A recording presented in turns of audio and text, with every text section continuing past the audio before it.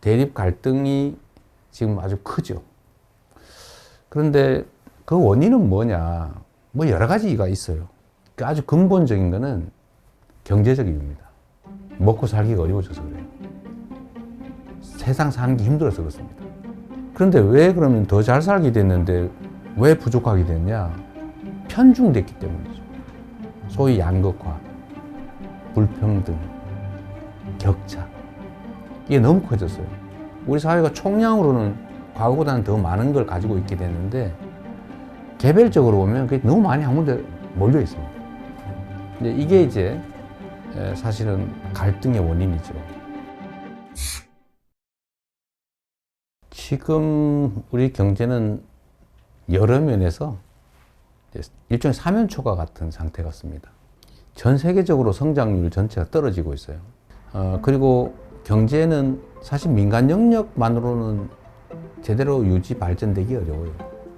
정부 영역의 역할이 중요한데 지금 거의 3년 동안 정부는 경제를 방치해뒀죠. 이제는 첨단 과학기술에 대한 투자가 중요한 시대가 됐습니다. 근데 문제는 과학기술의 수준이 너무 높아져가지고 개별 기업들이 감당할 수 없는 상황이 됐어요. 그래서 정부 단위의 인력 양성, 또 대대적인 기술 개발, 연구 개발 투자, 스타트업이나 벤처에 대한 대규모 투자. 또 그렇게 하면 다시 또 살아날 수 있습니다. 우리 너무 좌절할 필요 없는 거죠.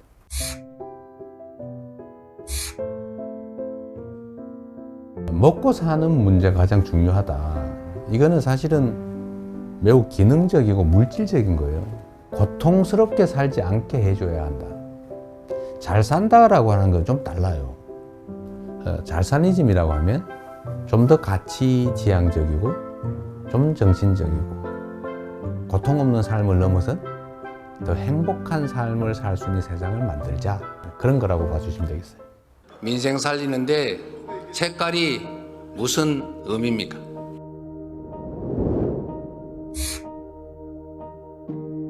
정치라고 하는 것은 현장이죠. 현장에서 국민들의 삶을 놓고 실제로 그 삶을 결정하는 거예요. 그게 빨간색이냐 파란색이냐 아니면 어떤 방법이 정책이 누구의 생각에서 시작된 것이냐 그건 특별한 의미가 없죠. 어떤 게 더 유용하고 어떤 게 더 필요하냐 이게 최고의 기준이 돼야 된다. 제가 정하는 원칙이 있어요. 대개의 공직자들의 태도를 보니까 중요하고 큰 일을 고민하느라고 작아 보이는 일들을 미뤄둬요. 그러니까 엄청나게 쌓여요. 공직자는 100만 명이 걸린 일이냐 100명이 걸린 일이냐 하면 이 10,000배로 중요한 일이라고 생각하지만 100명이 걸린 일조차도 그 100명은 목숨이 걸린 거예요. 그래서 모든 일이 다 중요하니 작고 쉽고 간단하게 보이는 일을 최대한 빨리 해치운다. 그것도 큰 일을 안 한 건 아니에요. 그건 그것대로 고심하고 거죠. 저는 제 업무 책상에 서류가 쌓여 있지 않아요. 안 쌓아 놓습니다.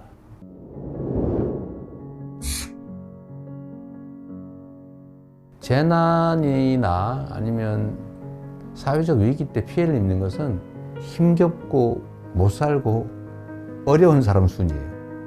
사실 그 사회의 문화의 수준이랄까 그 사회에 대한 평가는 약자들에 대해서 얼마나 많이 관심 갖고 지원하느냐에 달려 있어요. 생명 안전을 유지해야 그 다음 단계 더 나은 삶, 행복한 삶을 꿈꿀 수 있어요. 그래서 국민의 생명과 안전을 지키는 것은 정부가, 국가가 해야 될 가장 중요한 일입니다. 뭐든지 문제를 생각해 보면 우리가 조금 더 신경을 썼더라면 막을 수 있었던 사고로 보여져요. 누가 얼마나 체계적으로 신속하게 대응하느냐에 따라서 피해는 매우 적을 수도 있어요.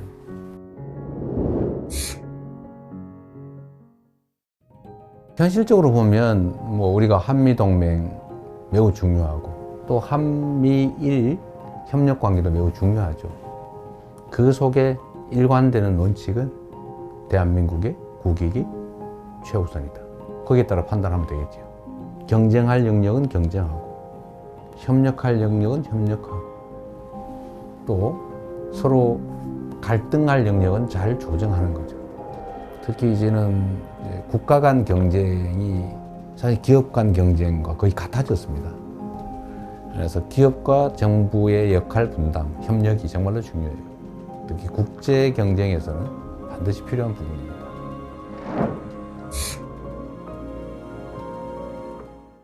김구 선생이 정말 우리가 먹고 사는 것조차 해결하지 못하는 그 시대에 우리가 꿈꾸는 나라는 문화가 강한 나라다. 문화 강국 얘기를 하셨어요. 정말 저는 우리의 역량을 통찰한 정말 해안이었다. 지금 문화 영역에서는 정말 세계를 상당 부분 선도하고 있지 않습니까? 그럼 우리 K컬처, 한류라고 보통 부르지 않습니까? 근데 여기에 더해서 이제는 K민주주의, 아마 이번 2번에 걸친 촛불혁명, 빛의 혁명을 통해서 무혈의 평화혁명으로 현실 권력을 끌어내리는, 세계사에 없는 이런 일들이 민주주의의 이름으로 이루어졌지 않습니까? 정말로 위대한 민주주의의 힘을 보여준 거죠. 대한민국이 세계를 선도하는 여러 영역들이 있다고 봐요. 저는 이런 것들을 K 이니셔티브라고 좀 통칭하고 싶습니다.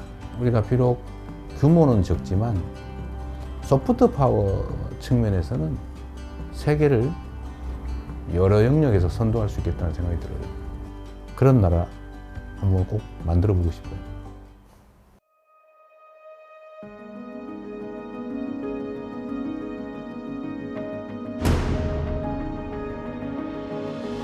대한민국이라고 하는 이 국호, 국호에는 정말 큰 뜻이 담겨 있죠. 민국, 국민의 나라, 민중의 나라. 이 민자는 백성이죠, 백성. 흰옷 입은 사람들, 평범한 사람들. 이 평범한 사람들의 나라. 그리고 작지만 큰 나라죠. 많은 사람이 희망을 가지고 행복한 삶을 꿈꾸는 그런 세상이 봄나라 아니겠어요? 진짜 대한민국을 만들고 싶습니다. 그냥 이름만 있는 대한민국이 아니라 진짜 대한민국. 그리고 그 대한민국은 대한국민이 만들어가는 거죠. 그 대한국민의 훌륭한 도구, 최고의 도구, 이재명이 되고 싶습니다.